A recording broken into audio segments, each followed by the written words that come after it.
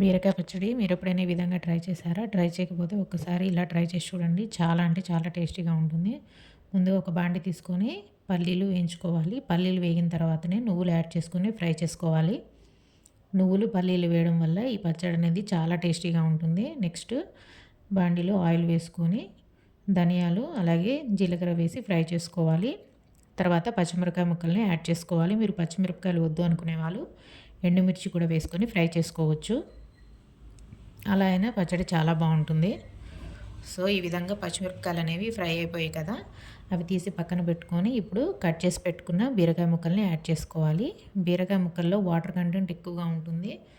So మనం ఎలాంటి water add చేయకపోయినా చాలా మంచిగా ఉడుకుతాయి బీరకాయ ముక్కలు అనేవి. తర్వాత కొంచెం చింతపండు అలాగే ఫ్లేవర్ కోసం కరివేపాకు కూడా వేసుకొని ఒక 15 నిమిషాలు అలా ఉడికిస్తే సరిపోతుంది. త్వరగా ఉడికిపోతాయి బీరకాయ ముక్కలు అనేవి. మీ దగ్గర రోలు ఉంటే రోల్లో కచ్చాపచ్చాగా దంచుకోండి పచ్చడి, అప్పుడు ఇంకా టేస్టీగా ఉంటుంది. నేనైతే మిక్సీలోనే చేస్తున్నాను.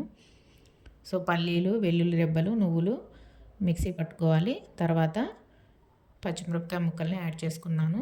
అలాగే కొంచెం పసుపు, రుచికి సరిపడినంత ఉప్పు. నేను ఉప్పు ఎక్కడా వేయలేదండి. సో మనకు కావాల్సినంత ఉప్పు గ్రైండ్ చేసుకునేటప్పుడు వేసుకుంటే సరిపోతుంది. ఇప్పుడు బీరకాయ ముక్కలను కూడా వేసుకొని మెత్తగా గ్రైండ్ చేసి పెట్టుకున్నాను.